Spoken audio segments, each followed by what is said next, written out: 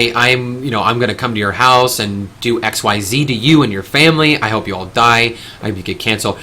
It was this horrible, disgusting thing that was being perpetuated, that was continuously being perpetuated, and it was quite disgusting. If you go on if you were to go into Google right now and you were to type in Gamergate, you will see a slew of online media that talks about this whole controversy thing and about how horrible the whole thing was, and about how bad it is. It specifically centered around, I think the group started because there was alleged allegations that big companies here, like on YouTube, were alleged to have been involved with taking payouts from, I don't want to talk about, I want to say publishers, gaming publishers, to promote a positive review for their titles. So I think Xbox was to have been, Microsoft was alleged to have been participating in that.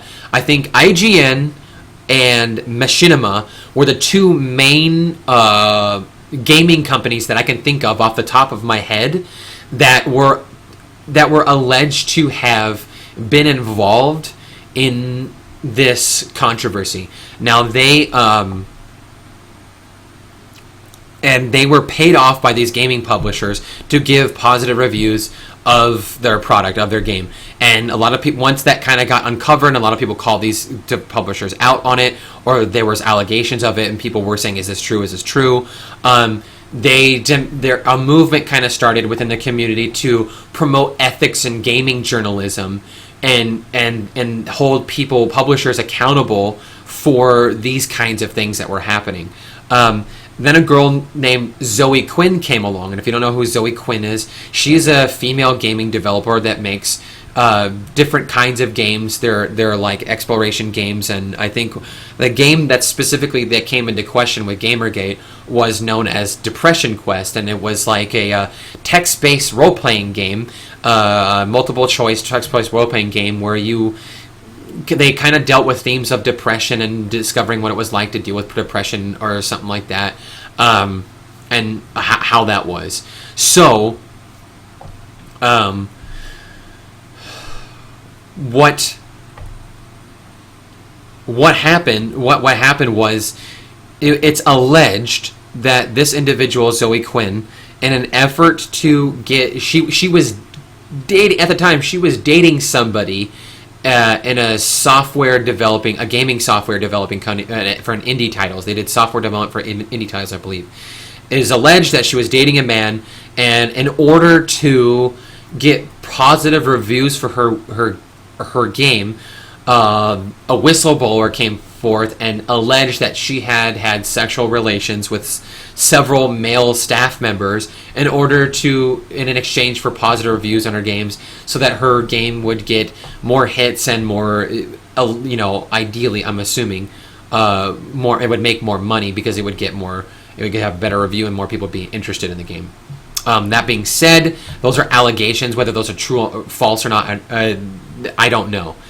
It seems highly unlikely. I'm going to give Zoe. I don't know Zoe Quinn, and I'll give her the benefit of the doubt that I doubt that she actually had sexual relations with 5 different men for this thing while she was seeing this guy. Those are the allegations. I don't know if that was wrong, and it seems like. Her whistleblower was her boyfriend, so that's where this controversy kind of started, and why people on both sides got really upset, and why this generated so much controversy. So you had her boyfriend saying to people, "This is wrong. She had sex. She cheated on me with these guys for a positive review. It's wrong. Blah blah blah. My feelings are hurt. Poor me." And then she had said, "No, that's false. He's lying."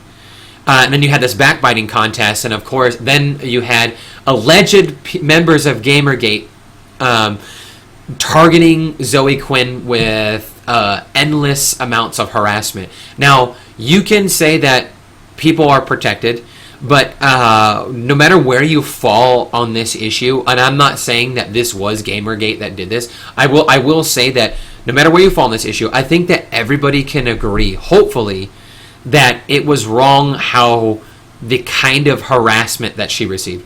She was harassed in this case, and then and women are harassed, and of course men are too.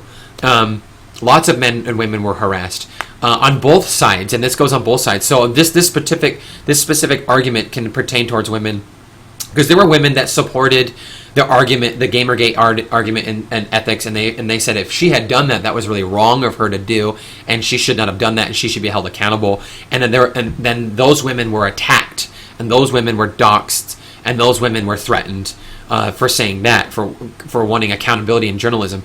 The women also that were saying this is wrong, this is attack against women, this is specifically targeting women, this is evil, you're wrong, you're bad people, this is sexist, this is misogynist. Gamergate is a misogynist cover for stereotypical white male society that hates women. So allegedly this happened. In a similar instance of harassment, you guys might have heard of a person named Allison Rapp. Now, Allison Rapp is a Nintendo employee that worked at Nintendo. There she is right there.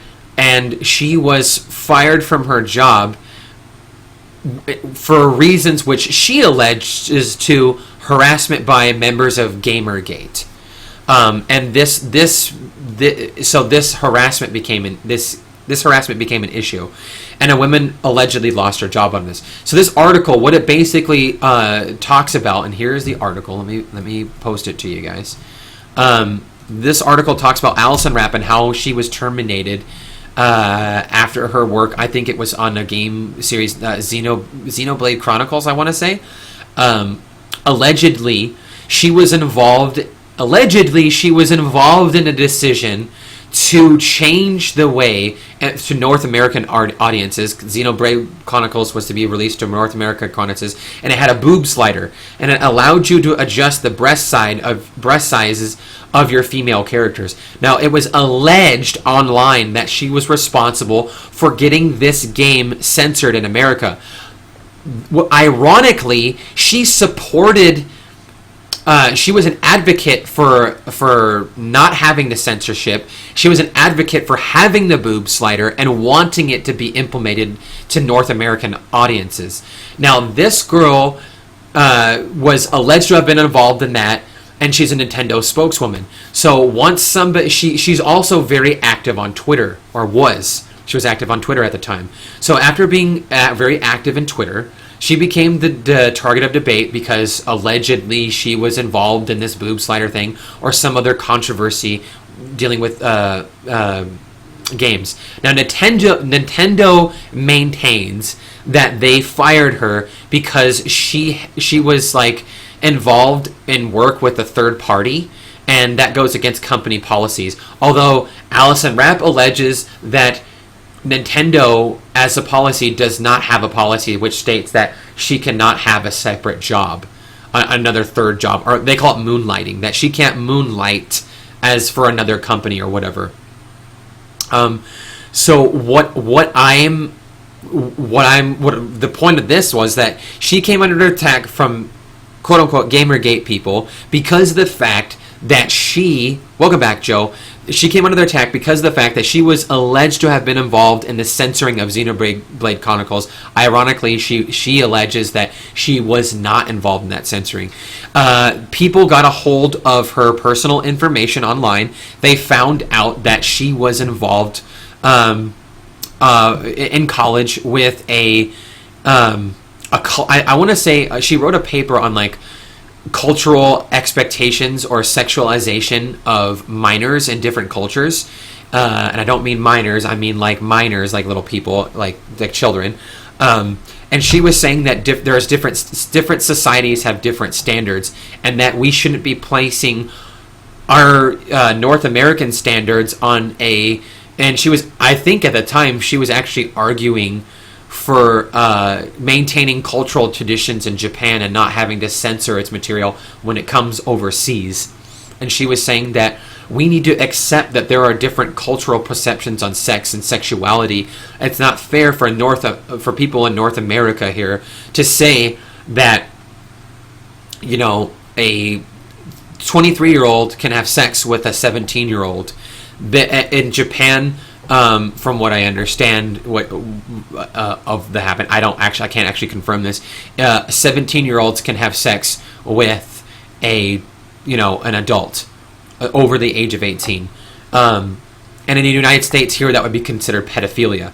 So allegedly Gamergate people got a hold of this article that she wrote. Then all of a sudden they made this connection. Now her paper was really messy, and she didn't do a really good job connecting all the dots. However, she was arguing for cultural advocacy and cultural understanding, which people were not very accepting of. They got really upset, and they said that she was a pedophile, and they slandered her name. They got in touch with a human trafficking organization and told her, like, this woman supports child pornography.